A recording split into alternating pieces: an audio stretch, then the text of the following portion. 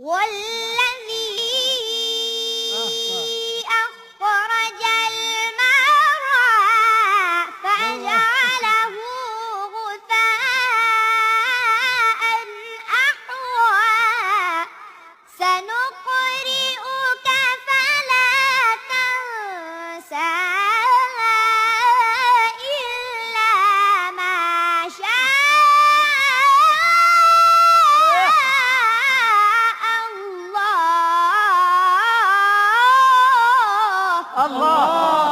الله. بسم الله الرحمن الرحيم سبح اسم ربك الأعلى هلا ما تفضل الله الذي